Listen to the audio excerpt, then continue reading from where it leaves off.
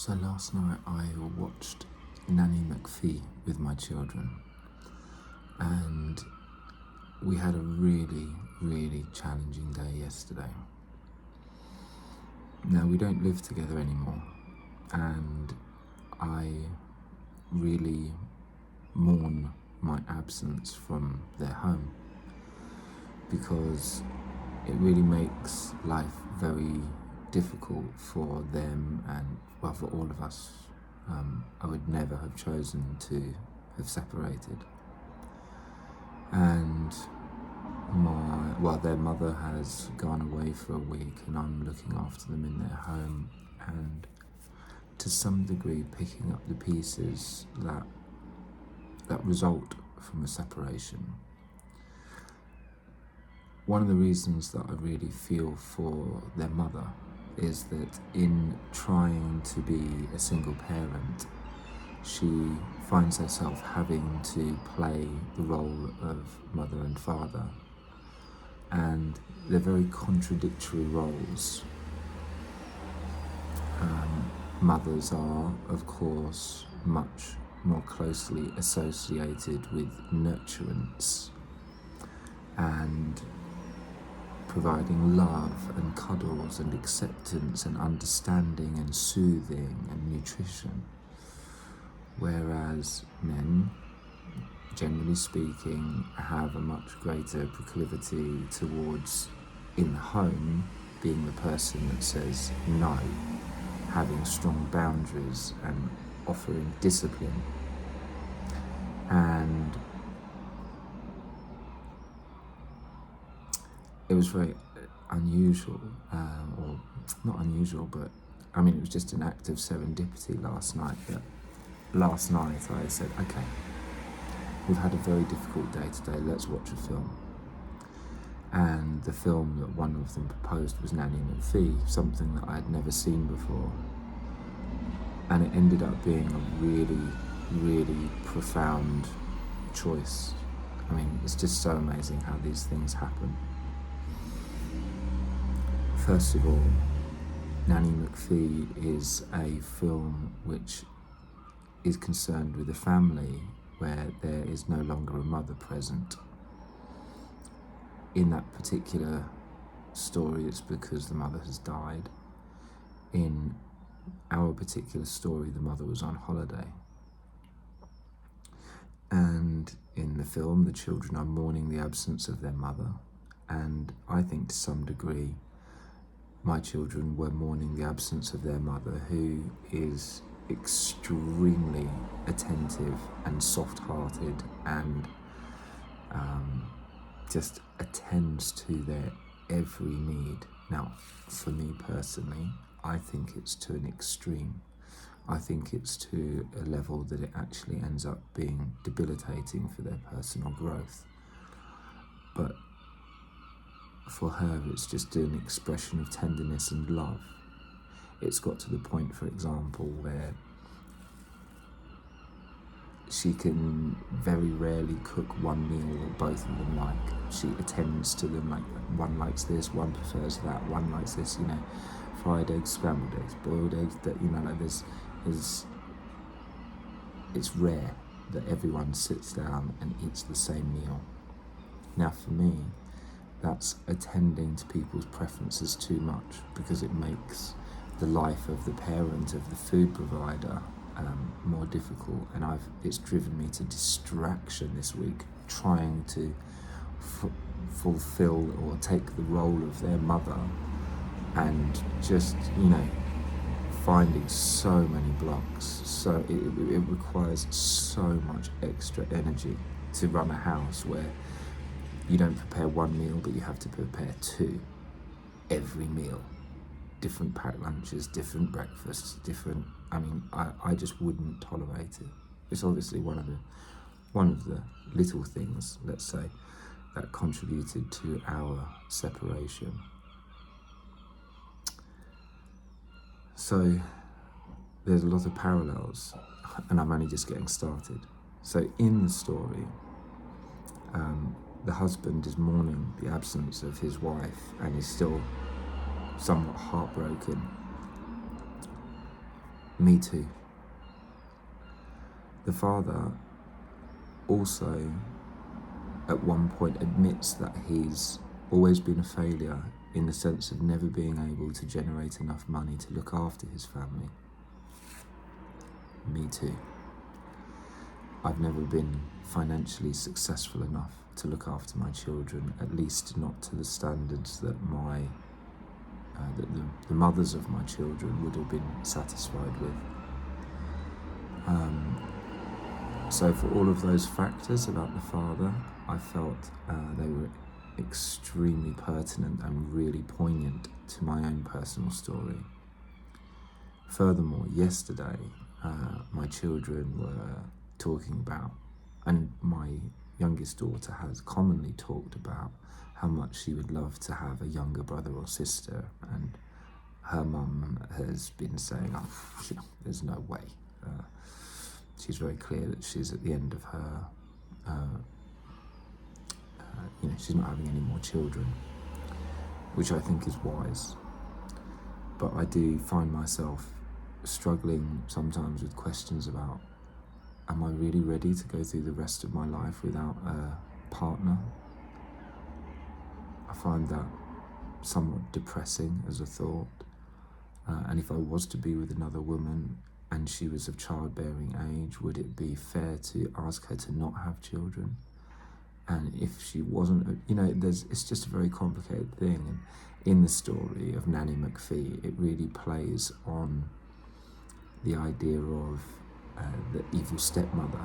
And in the family, they come very close to taking on someone who clearly would have been the evil stepmother. And there's also the possibility, without any spoilers, that they could take on a very lovely stepmother, someone who genuinely loves all of the children involved. Now,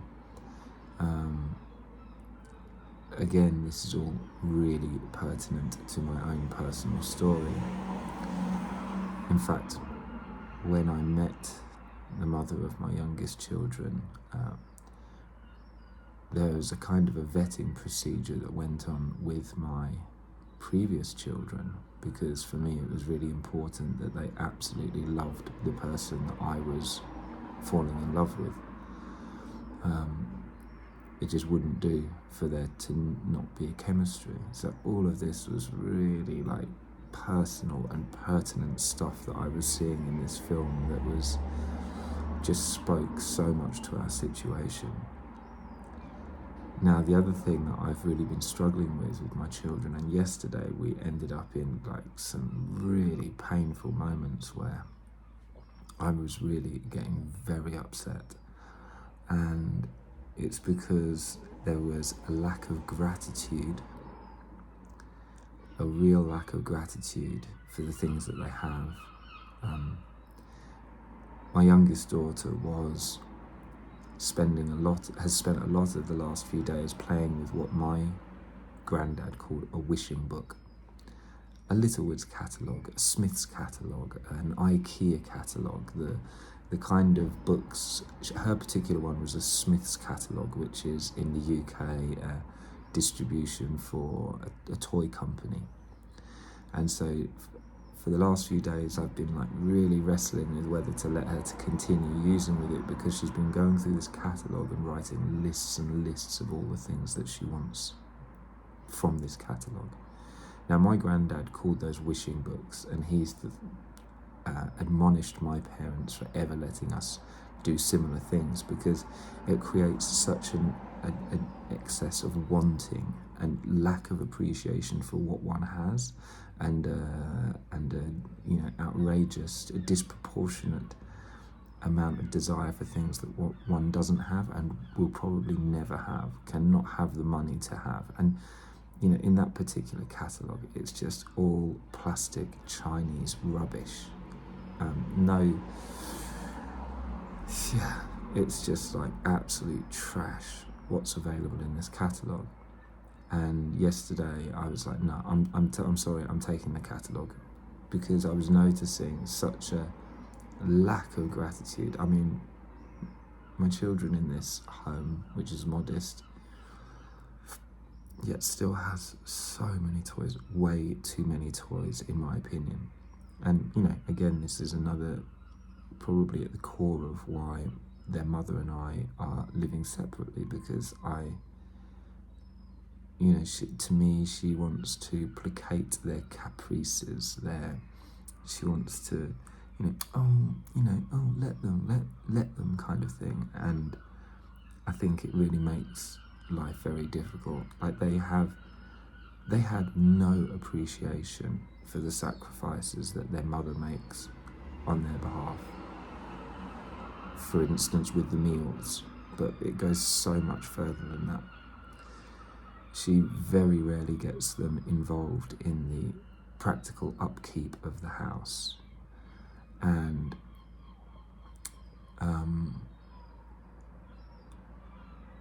which means they just become spoiled. They're just there with everything done for them. And I was spending a lot of yesterday going, look, your mum, from the minute she gets up to the moment that she goes to bed, is absolutely working to make sure that your clothes are clean and folded. They're all nicely organised. Everything's where you want it to be. All the food that you could ever dream of is being prepared for you individually. The sacrifices that she makes to have all the activities that they want to do, and it's just crazy. They are the two luckiest children on earth, and yet not really, because being provided with so much actually deprives them of responsibility, of gratitude, of And in this story, Nanny McPhee arrives, this very powerful and dark character, arrives in the house, and she begins to elicit a transformation in the children's behaviour. Now, there are 5 things that she wants the children to do. That's her job, and it's so classic. The way they say, she will stay there as long as, how is it phrased? She would stay as long as they were needed but weren't wanted, but would leave the minute that she was wanted but not needed. And she gave herself 5 things that she thought children needed to learn from her. How to get up and get on, how to get up and start the day, how to go to bed, how to say please and thank you, and how to listen. How to say please, how to say thank you, and how to listen. And I thought, at first it seemed arbitrary, but the more I thought about it, I just thought it was absolute genius of writing, because of course please and thank you are related to gratitude, getting up and going to bed are related to personal discipline, and listening, oh my God, the ability to listen is just absolutely vital in children, because if they don't listen, it just drives me to distraction. And we were suffering from all of those things yesterday. At the moment in the UK, the weather is absolutely stunning, and there's the least wind in the day at the very start of the day. Like right now, I wish I was out with my children on the beach. Normally, in my own home, I would be up and out and on the beach. And Nanny McPhee says this brilliant thing at the start. She's like, yes, I want all the children up, washed, beds made, prepared, and then out for fresh air before coming back for breakfast, which was exactly what I'd been talking to my children about and what I'd been wanting to do with them. Doesn't happen in this house. Doesn't happen. There's no discipline about getting up. They all get up at different times and often late, and it's just drives me crazy. So the best part of the day, this beautiful day, is gone by the time we actually get out of the house, after they've had their breakfast, because they're moaning like crazy if they don't get their breakfast. They're different breakfasts. Oh my God. So when I saw Nanny McPhee advocating that, I was just like, yes, and it was so brilliant last night to be able to talk to my children about that, and we'll be talking about it again today. It was such a brilliant film. Then it was talking about the going to bed routine. Again, something that they always go to bed far too late, and it's a challenge, and it seems arbitrary. It seems to some people extremely arbitrary. And, in my first marriage, it was something that I think we got so right. The children knew that they were going to bed at 7 o'clock. They were in bed at 7 o'clock. There was a story, and it was good night. So we, the parents, had all evening to be able to relax, to recharge ourselves, to re-inspire ourselves. The children got loads of sleep. And yeah, it's just something that works for everyone.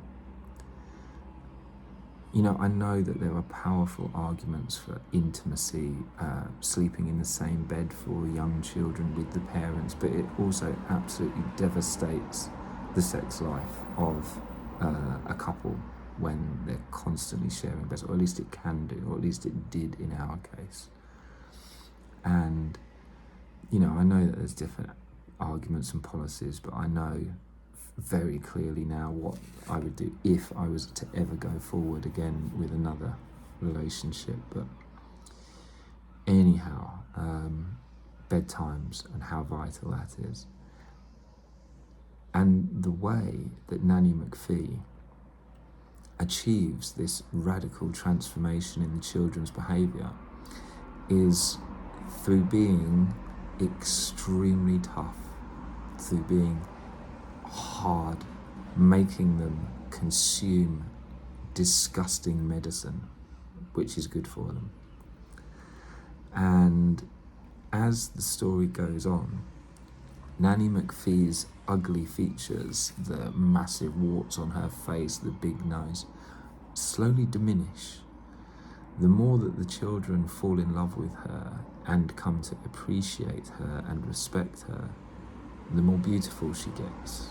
And I thought this was such an incredible arc in this film, because yesterday in particular I was ugly to my children. I looked really ugly, raising my voice, stern face, really disapproving, like they would have seen me as ugly. And we talked about this last night. They were, no, you're not ugly. And I was like, really? Really? Okay, I know I'm not an ugly person in my heart, and I'm not talking about my aesthetics, but I know that you saw me as ugly yesterday because you saw the most angry, disapproving, disgusted parts of my personality. And I've always had a thing for strict teachers, and it's good that my 8-year-old girl is starting to appreciate strict teachers, because she, through having a short experience of school this year, has come to realise that strict teachers are the ones that keep order and therefore get the most done and allow for the most listening. And so it was really interesting that when the children in this family of Nanny McPhee first encounter her, she's hideous to the eye. And then by the end of the film, her hideous features have become beautiful. She's rendered beautiful. And yeah, I can only hope that that process happens with my children. And I know that it does. I've already seen it with my first two children, that I was the person that said no and insisted and demanded and told them this is okay, that's not okay, that's not okay, no. When I used to work in I had a bilingual nursery when I was younger, and I spent my whole day saying no. That was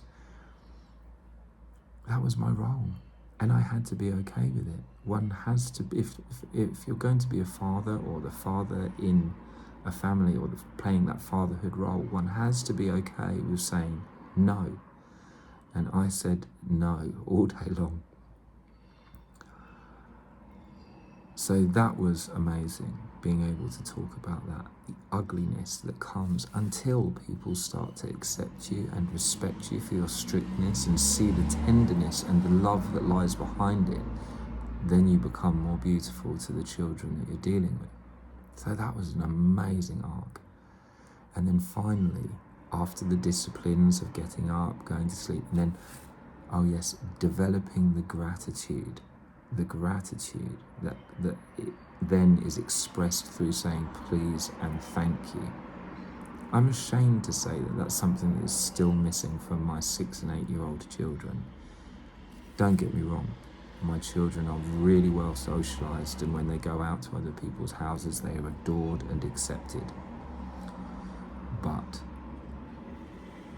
there are still places where I feel their gratitude is really missing, especially at home and especially in relationship to the food that they are served. Like, I, as a child, had to eat boiled cabbage prepared by my mum every day almost. Overcooked, really just not nice. But I knew that she was cooking it with love for my health, that it was already hard enough for her to prepare a meal for 4 ungrateful children every day, 3 meals a day. And so for me, I really felt a lot of empathy for my mum, a lot of compassion for my mum, and I ate my boiled cabbage nearly without protest every day. And realised that the challenge of making a meal for a family every day for years and years and years it's a really brutal thing. Now, it's funny that this film arrived yesterday after having shown my children that amazing clip that was once created. If you haven't seen it, search it up now. It's called The World's Toughest Job. It's an absolutely brilliant film that is showing people applying for a job, and they are being told the job description, and nobody can believe the brutality of the job description. And maybe I shouldn't spoil it, but at the end of the interview process, they're made aware of what this job is, and it just leads to this massive revelation. And there's actually tears of gratitude as people realise what that role entails. And when one really takes stock of what one's mother and father go through in order to keep you alive, it naturally produces a state of gratitude. Now, it's very difficult for children to empathise with their parents if they don't have to do what their parents do. So yesterday I was having my children, trying getting them to fill and empty the dishwasher. And that was hard enough. But then I also insisted they did some actual washing up, which they could not understand or comprehend. And I was pointing out to them the fact that the dishwasher has lots of items that are that don't get washed properly and therefore need to be washed again, and that often it's easier to just wash something immediately than it is to put it in the dishwasher, especially if you're not using the dishwasher every day. And even with these explanations, my daughter was absolutely doing backflips at the thought of, and not in a good way, at the thought of being asked to do some washing up by hand. And I had to be extremely stern and to really insist. And this is where I understand why their mother really doesn't want to push them to contribute, because it's so hard. They've got such an attitude of entitlement already that, I had to insist borderline brutally in order for them to be able to accept that they were going to have to do some washing up that they couldn't see was needed or required, or that was something that they should contribute to. I mean, it was just such a stark example of how children are spoilt these days, how spoilt they are. The existence of these labour-saving devices means that, very often parents will completely sidestep their involvement in washing. And yesterday I also got them to take all of the washing, any clothes or things from around the house to the washing basket, then from the washing basket into the washing machine, then from the washing machine to the dryer where we hang them all out for them to be dried. And again, really having to work hard to keep them on point, on task, doing the job. And, then, thank goodness for Nanny McPhee and being able to explain how much their mum does, that they don't even pay any attention to or feel any gratitude for. What a luxury it is to be a child and have everything served to you. But it's one of those luxuries that doesn't actually end up serving you if one doesn't appreciate just how full on that is. So at the end of all that, developing the pleases and thank yous, which really go along with genuine gratitude, then it's the ability to listen. Now, it's funny because we had this really difficult day. But by the end of the day and watching this film, we then sat and we talked about it for a good half an hour, 3/4 of an hour, I imagine. No, probably about half an hour. And thank God they listened. Thank God they listened. And it was so worthwhile to have gone through that day and then gone through that film to then actually feel them properly listening. And so the day ended well, and it'll be interesting to see how it goes today. I'm a bit gutted that they're not here already because, like I say, I would like to be out on the beach, but it's also given me the ability to be able to record this, and there's some other things that I would like to do in their absence, so it's okay. But yeah, what a powerful set of lessons, and thank goodness for Nanny McPhee. We will watch that film again. I think I might make it an annual occurrence. I'm now the biggest fan of Nanny McPhee ever. I think it should be absolutely, it should be the core of workshops, parenting workshops. It should be something that every family watches together every year to try and realise where things are out of whack. But before I generalise onto anybody else, I'm just extremely glad that it came along for me and my family when it did. It's always amazing when a children's story manages to speak to the father in a film. I've always loved Mary Poppins for that. Mary Poppins might be a children's film, but the adult themes in it are so strong. The father that's working for a bank has to do what he is told, sacrifices his liberty for the sake of the family, sacrifices his capacity for play in order to be able to meet the needs of the family. There's so many strong themes in that film, and Nanny McPhee is very much like that, so I am now officially a fan. I'm so grateful, and I think that's probably all I've got to say about Nanny McPhee. So yeah, into the day and another day of children.